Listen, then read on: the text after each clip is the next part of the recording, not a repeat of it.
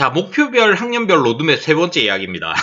세 번째 이야기는 이제 일반고 상위권을 목표로 하는 학생들을 위주로 이제 말씀을 드릴게요. 이제 첫 번째 1탄에서 제가 이제 과고 영재학교 전국 경차 사고를 목표로 하는 친구들이 어느 정도 수학을 해야 되는지를 주로 말씀을 드렸고요. 그다음에 두 번째는 이제 수학을 잘하긴 하는데 우리 아이는 왜 문과적 성향을 가지고 있어서 이제 문과 쪽을 목표로 해가지고 이제 그 학습을 진행을 하고자 한다 하는 친구들은 어떻게 이제 공부를 해야 되는지 이런 것들에 대해서 말씀을 드렸고요. 그다음에 이제 일반고, 그러니까 우리 애는 수학을 별로 좋아하는 것 같지는 않아요.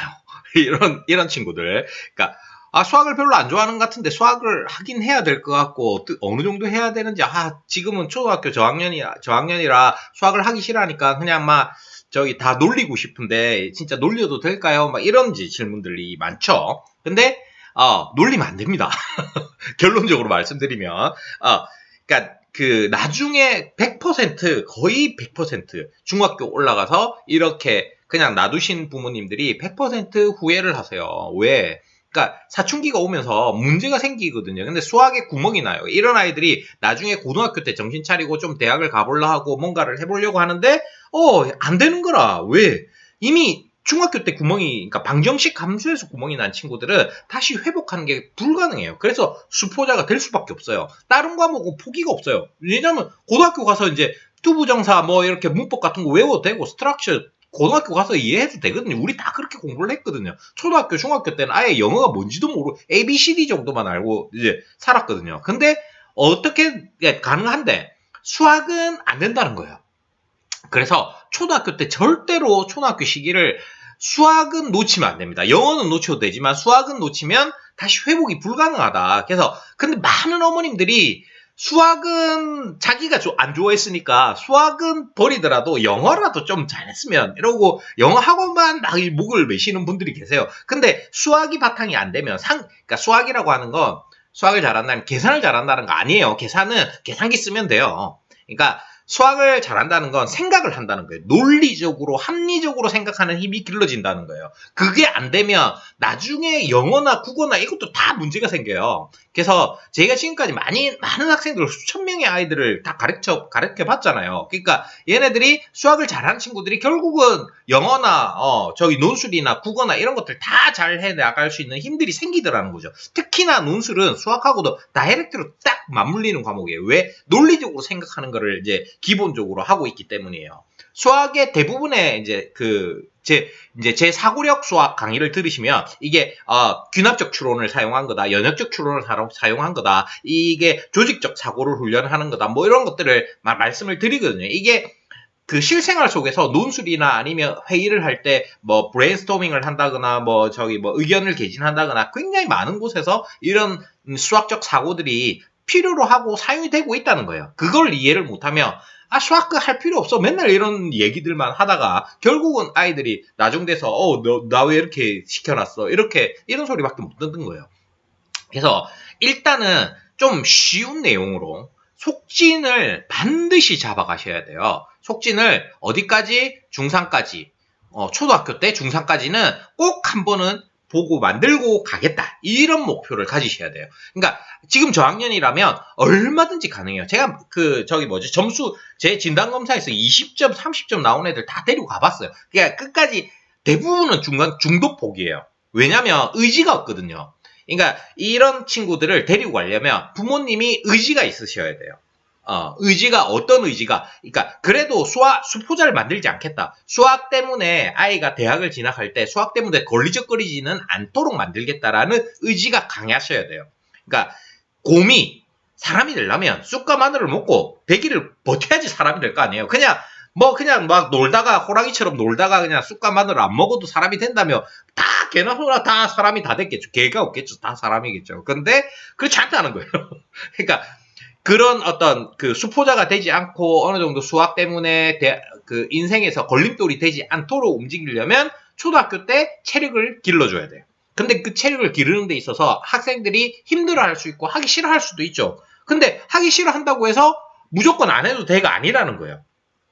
제가 이제 저희 아들한테 이제 했던 이야기는 뭐냐면 안 해도 되지만 그러니까 뭐 이게 수학 공부를 안 할 수는 없다. 수학은 반드시 해야 된다. 그러니까 만약에 그러니까 수학은 저랑 했기 때문에 저희 아들은 그러니까 영어를 예를 들면 영어는 반드시 하긴 해야 된다. 그러면 요 학원을 가서 만약에 선생님이 마음에 안 들거나 친구들이 마음에 안 들어서 다른 곳으로 보내줄 수는 있었다. 다른 영어를 잘하는 데를 알아봐 줄 수는 있지만 영어 공부를 안 하는 것은 안 돼.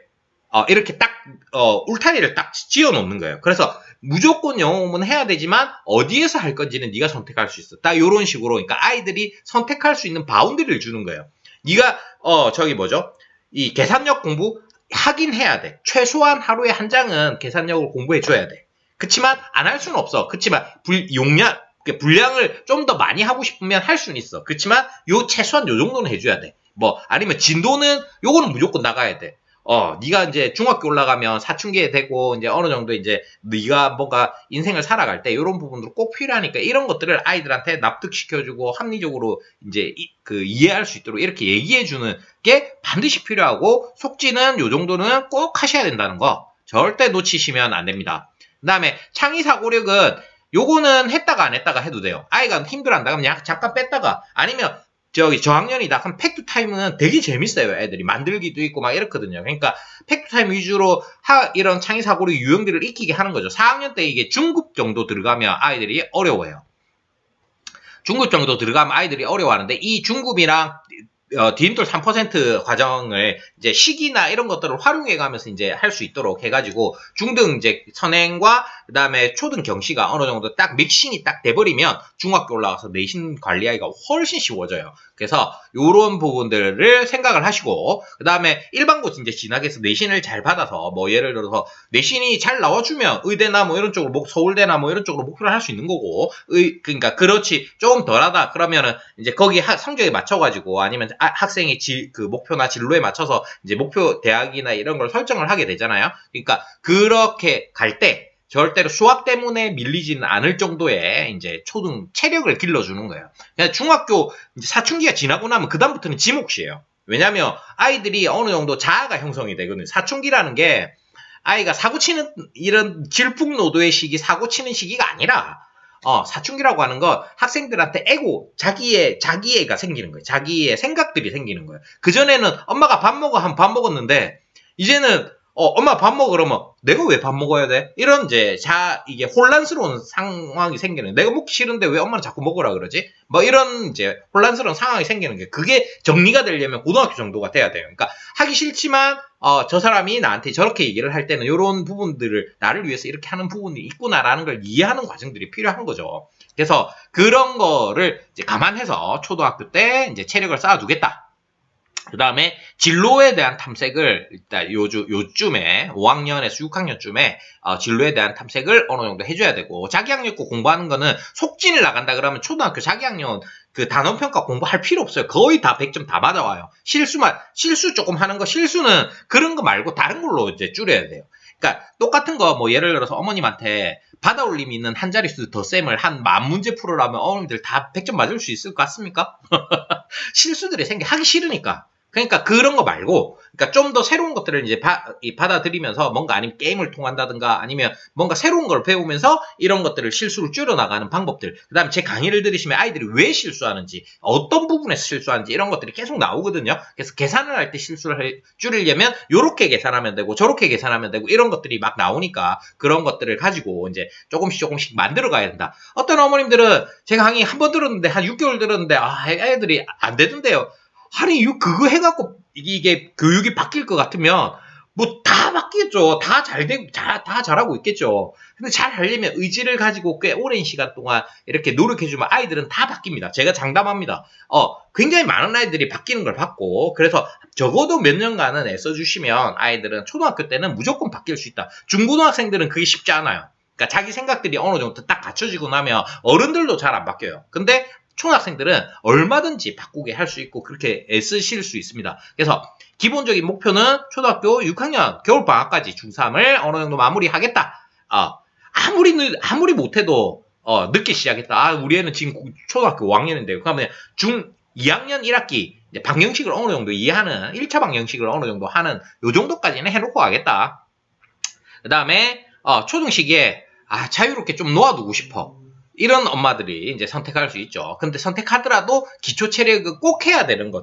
밥을 안 먹일 수는 없잖아요. 그죠? 아이들이 놀고 싶어. 나 먹기 싫어 한다고 밥을 안 먹일 수는 없잖아요. 그러니까 그런 거랑 비슷한 거예요. 꼭 해야 되는 어떤 필수 요소다. 이렇게 생각을 하시면 되고, 아까 말씀드린 것처럼 기본 개념 위주로 기본 문제 위주로 진행을 하셔야 되고요. 그다음에 3학년은 뭐 4개월에 한 학기 정도 분량으로 진행하다가 보통은 3학년에 3개월에 한 학기 분량, 그래서 6개월에 1년치 분량을 이제 공부한다. 이렇게 생각하시면 거의 적당합니다. 그 다음에 중학교 1, 2, 3학년 1학기는 4개월 정도, 이게 시간을 조금 텀을 두는 게, 아이들이 이 식을 다항식 뭐 이렇게 하는 걸 되게 어려워하거든요. 중학교 1학년, 2학년, 3학년의 1학기 과정을 어려워해요. 그래서 그런 부분들은 좀 시간을 두고 찬찬히 따라갈 수 있도록, 이 텀을 조금 천천히 이렇게 갈 수 있도록, 그러니까 그 죽는 과정을 제가 이제 오픈을 하겠지만, 이제 강의가 어느 정도 정해져 있어요. 그러면 요거를 좀 천천히 다른 강의 뭐 EBS랑 같이 이제 병행하면서 책을 2권을 보면서 어느 정도 이해시켜가면서 가도록 하겠다. 뭐 이런 정도로 이제 좀 천천히 가는 이런 전략을 택할 수 있고요. 그 다음에 5학년 말 정도 되면 진로, 어느 쪽으로 이과 쪽으로 갈 건지, 문과 쪽으로 갈 건지, 아니면 내가 대학을 어떤 대학을 진학해서 어떤 직업을 가졌으면 좋겠는지, 요런 것들에 대한 생각을 가지게. 그 다음에 포기하지 않도록 심화문항을 이제 해 나가려면 초등학교 때 창의 사고력 훈련을 반드시 해주셔야 되는데, 너무 어려워한다면 팩토 타임 위주로, 그 다음에 거기에서 한 단계씩 조금씩 나가는, 그렇게, 그러니까 이 과거나 영재학교 목표를 하는 친구들을 보면서 가랭이 찢어지지 않도록 이렇게 해주시면 될 것 같습니다. 자, 뭐 내용들은 제가 어느 정도 이제 말씀드렸는데, 혹시나 질문 사항들이 있으시면 뭐 댓글 달아주시거나, 아니면 안쌤 쪽에 제 강의가 이제 판매되고 있으니까 그 안쌤 카페, 안쌤 영재교육원에다가 이제 질문들 올려주시면 제가 이렇게 영상으로 다시 찍어서 답변을 드리고, 이런 식으로 하도록 하겠습니다. 자, 오늘도 수고 많으셨고, 이제 또 좋은 영상을 가지고 찾아뵙도록 하겠습니다. 감사합니다.